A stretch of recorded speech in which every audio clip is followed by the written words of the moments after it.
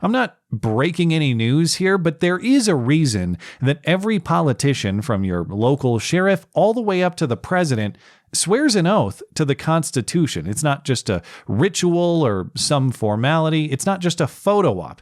It's done because it's supposed to mean something. It is done to put the politicians on record as a condition of holding their offices, swearing their sacred honor to protect and defend the values and limitations on their own power that the document itself protects and defends. But I guess the flaw in that premise is that there is any sacred honor anymore. It's a lot tougher to find any of that roaming around the halls of Congress than it is to find the rotting degeneracy that's replaced it. And it's as much on us for sending these people there as it is on them for rotting the place themselves. But the reason they swear that oath isn't just to preserve their own perceived decency. It's actually an enforcement mechanism, too. They swear that oath because breaking it is supposed to carry some consequences. And not only are there none anymore, but it's actually the opposite. Instead, we suffer the consequences of their oath breaking while they laugh at us, knowing there won't be a damn thing to stop it. Just this week, for example, the ATF is now publishing a new rule to redefine braced pistols as short-barreled rifles, subjecting the millions of owners of these weapons to an extensive federal registration process under a threat of 10 years in prison or a $250,000 fine for noncompliance. Unconstitutional on its face as a matter of both your Second Amendment gun rights and as a matter of process. It is Congress that makes new law, not administrative agencies. But when the courts strike this down in the coming months, will there be any accountability? No. Of course not. The ATF will just shrug their shoulders and say whoopsie, and then they'll go right back to the drawing board, thinking of other creative new ways to justify shooting your dog and sniping your wife and burning your house down in the name of domestic tranquility. And they'll laugh the whole time they're doing it. Likewise, we now have a member of Congress introducing a new bill she knows has no chance of passing and won't withstand court scrutiny even if it does. Also, she can go on record as an enemy of your First Amendment rights, mocking you because she knows there won't be a damn thing to stop it. But in fairness to the Honorable Congresswoman Sheila Jackson Lee of Texas, though, I would be mischaracterizing by suggesting she knows anything about the Constitution anyway. She actually misunderstands its entire history. She thinks the document is older than the Mayflower itself. And how well it is that we have lasted some 400 years operating under a Constitution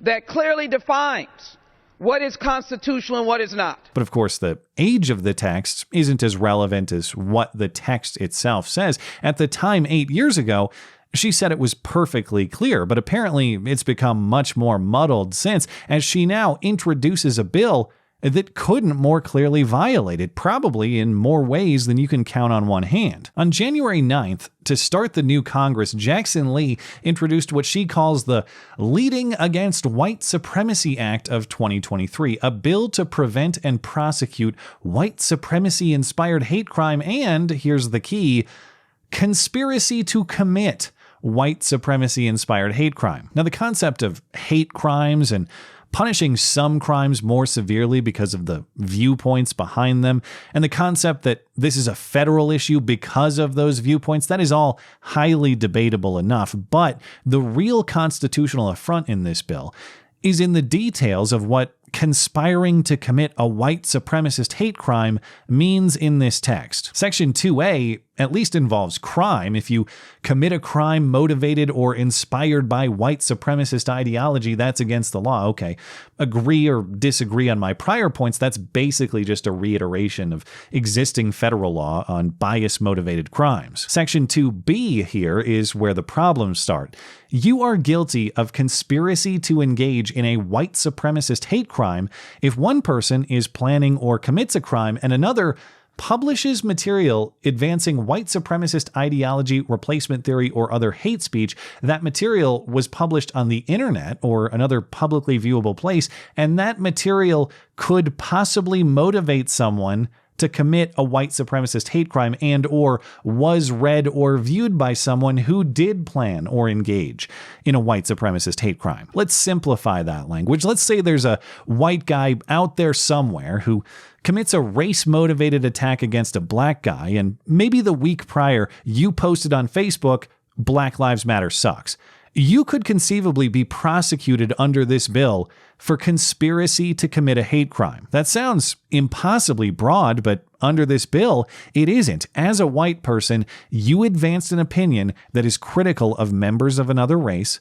Some guy out there committed a crime against members of that race, and so long as there's a remote possibility that guy saw your post, that's all that's necessary to satisfy the terms of this bill as written. It's not even necessary that you and the actual criminal ever even personally spoke, let alone cooperatively organized a crime, just that maybe he saw what you said one time. And of course, the terms of this bill are even more insidious because it's not just designed to be punitive after the fact, it's designed to be preventive. Section 2C of the bill authorizes the Justice Department with the authority to monitor suspects to the degree necessary to mitigate and prevent such action from culminating in violent activity. Back in my day, the feds would bait you with a combo package of a 15-inch barrel and a stock.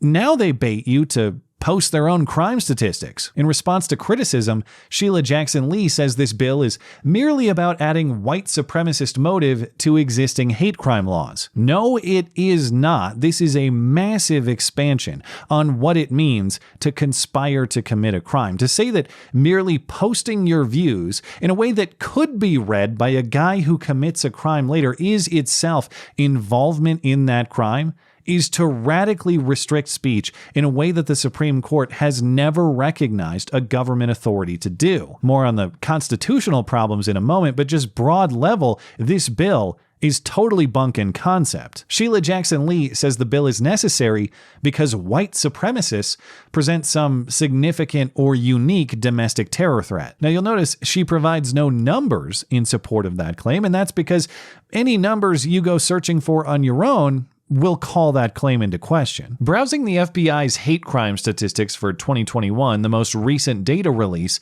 there were about 3,500 hate crime incidents and about 4,500 victims in hate crimes perpetrated against members of any non-white race. Now, in the data, we can only see the race of the victims. We can't see the race of the perpetrators, so certainly these aren't all white supremacist hate crimes, and these include both property crimes and violent crimes. But for the sake of this consideration, to get a high-end estimate, let's say that these are all white supremacist violent crimes. There are 5,700 victims of violent white supremacist ideology per year. Scratch that. Actually, that should be 4,500, not 5,700. I misspoke.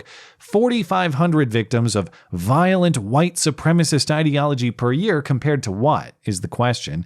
Is that a lot? Is that a little? Well, in the same year, 2021, according to the same data collection from the FBI, there were almost 700,000 violent crime incidents nationwide, meaning that maybe, in a very high-end estimate, something like 0.5%, 1 in every 200 violent crimes committed in this country has anything remotely to do with white racial bias, and even that is a major statistical stretch. Conversely, if we want to talk about the racial disproportionality actually present in the crime data, well, that itself might get you criminally implicated under Sheila Jackson Lee's new bill. The FBI's 2021 crime report shows the racial group committing the largest share of violent crime is black people, despite being only about 13% of the population. Following Sheila's own logic, she should be writing a bill to punish black crime uniquely on account of its disproportionate frequency and unique threat. But undoubtedly, she would say that such a thing has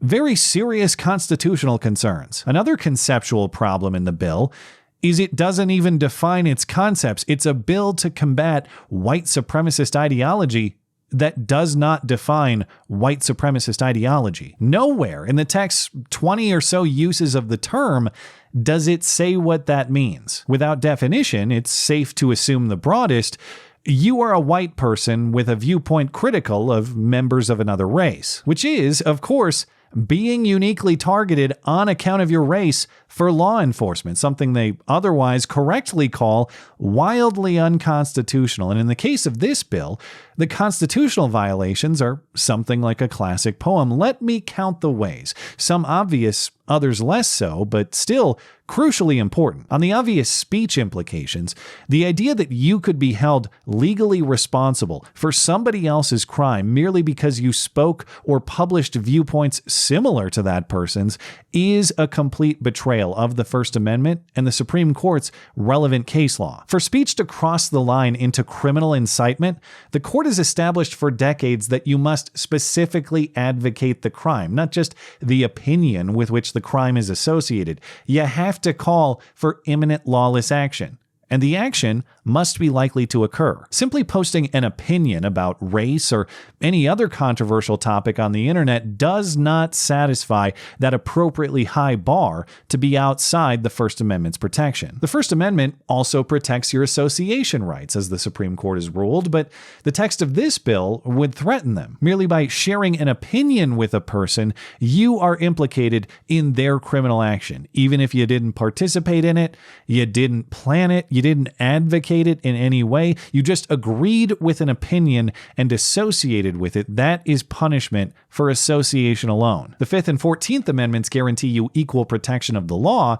except this prospective law, which would codify unequal protection. It's protection for those of preference and targeting for those not. If you're a white person who criticizes Black Lives Matter and then a crime gets committed against them, you are implicated. But if you're a black person who criticizes police and then a cop gets killed, well, this bill has nothing to say about you. And depending on how this law would be executed, it's a potential threat to your Fourth Amendment rights against unreasonable search and seizure as well. Generally speaking, your internet opinions are not cause sufficient to monitor you in a way that requires any sort of warrant. Though, in fairness, they typically don't operate that way these days anyway. They just hire some chick with a failing OnlyFans account to slide into your DMs so you volunteer that information yourself instead. But most importantly, I'd actually say, how in the hell is any of this a federal issue to regulate in any context anyway? Every other type of violent crime is a state issue.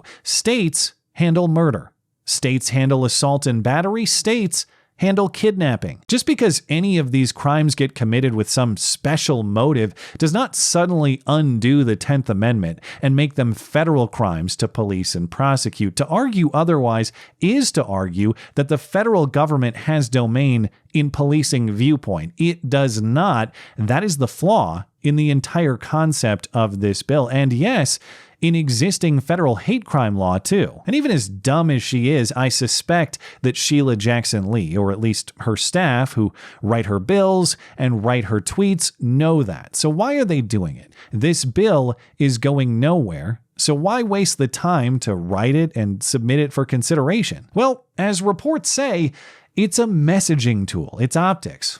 It's a campaign piece. In other words, it's appealing to the sort of voter who puts her in power in the first place. To that extent, the fact that this bill gets written and no consequences are feared, in fact, reward is expected, is as much an indictment on us as it is on her. Because for all of my complaints that these politicians trash our Constitution and face no consequences for it, a lot of that, if not most of it, is precisely because we, the people, trash the Constitution ourselves. We want it trashed. We want centralized power with which to bludgeon our enemies. Fair enough, I guess. Our Constitution is premised on the idea that the people have the right to self-determination. I'll just caution that the bludgeon wars do not bring about peace and prosperity. They bring about a power struggle settled not by a friendly agreement to disagree and move on with our lives, but by brute force. So in that case, get the biggest bludgeon that the ATF will allow. Just please,